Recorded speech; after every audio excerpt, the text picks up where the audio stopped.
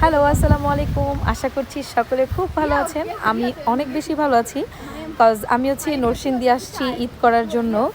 আর দেখা যাচ্ছে এখানে বৃষ্টি পড়বে হয়তোবা, মানে ঝড় উঠছে। সো দেখা যাচ্ছে আমি না মানে এরকম ঝড় উঠলে না দেখা যাচ্ছে যে মেঘের যেই আওয়াজটা না ওইটা শুনলে আমার অনেক ভয় লাগে।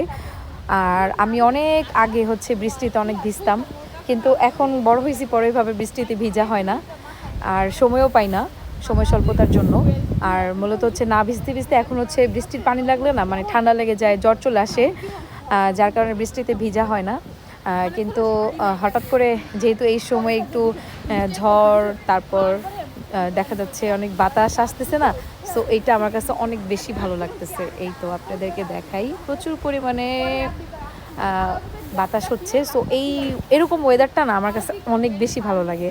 সো যার কারণে আপনাদেরকে শেয়ার করতেছি যে যখনই যেই ভালো লাগাটা সৃষ্টি হয় তখনই আমি হয় একটু লাইভে, মানে লাইভ না করলেও একটু ভিডিও করি, আপনাদেরকে জানাই যে আমি অনেক হ্যাপি আছি।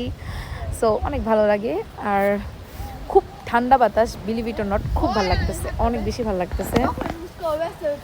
আর আর মূলত হচ্ছে আপনাদেরকে হয়তো একটু দেখাবো, এটা হচ্ছে আমাদের মানে উঠানটা অনেক বেশি বড়। সো এই উঠানে দেখা যাচ্ছে অনেক বেশি পরিষ্কার থাকে, যেটা আমি দেখাতে চাচ্ছিলাম।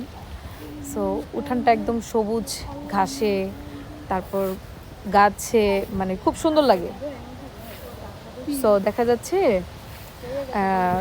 এত পরিমাণে পরিষ্কার থাকে যা বলার মতো না। মানে এত বড় একটা উঠান, এই উঠানে কোনো সময় মানে একটু ময়লাও ফেলতে দিবে না। মানে প্রতিদিন মর্নিংয়ে উঠে যে আপনার দেখা যাচ্ছে উঠান পরিষ্কার করা হয় না, এরকম দেখা যাচ্ছে সারাদিন একটা ময়লাও ফেলতে দিবে না। ধরেন আমি একটু আম খেলাম, আমের একটা আঠি আমি ফেলবো, সাথে সাথে দমক শুনতে হবে।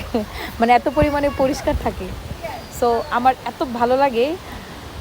সবসময় তো নরসিংদী আসা হয় না, যখনই আসি তখনই দেখা যাচ্ছে মর্নিংয়ে আসলে সন্ধ্যার দিকেই চলে যাই, জাস্ট লাঞ্চটা করেই বের হয়ে যাই। আর এখন দেখা যাচ্ছে একটু লং টাইম 3-4 দিন থাকা হচ্ছে, তো সো এরকম একটা ওয়েদার না আপনাদেরকে শেয়ার না করলেই নয়। দ্যাটস ওয়াই আমি আপনাদের কাছে শেয়ার করতে চলে আসছি। দেখেন পুরোটা, মানে পুরোটা পুরোটা ইয়েটা একদম মানে সবুজ ঘাসে আর হচ্ছে গাছে একদম ভরা। আর এখানে অনেকগুলো গাছ আছে, কাঁচা কাঁচা আম গাছ, তারপর হচ্ছে বড়ই গাছ, তারপর হচ্ছে লিচু গাছ আছে, পেয়ারা গাছ আছে, তারপর নারিকেল গাছ আছে। মানে এই সাইডটা পুরোটা মানে ফ্রুটসের গাছ। সো দেখা যাচ্ছে আমি জাস্ট এতটুকু বলবো, অনেক বেশি পরিষ্কার থাকে আমাদের এই উঠানটা, যেটা অন্যান্য বাড়িতে আপনারা পাবেন না। সো আমি তো এরকম প্রকৃতির মানে এরকম ওয়েদারের প্রেমে পড়ে যাই। এখানে কাঁঠাল গাছও আছে, যদিও কাঁঠাল এখনও পাকে নেই। যাই হোক, এই জন্য দেখতে আসছি। যারা যারা গ্রামে আসছেন আর খুব এনজয় করতেছেন, তারা অবশ্যই, আমার মনে হয় আমার থেকে বেশি এনজয় করতে পারতেছেন না, কাজ আমি অনেক বেশি এনজয় করি। বাও, টাটা, বাই বাই।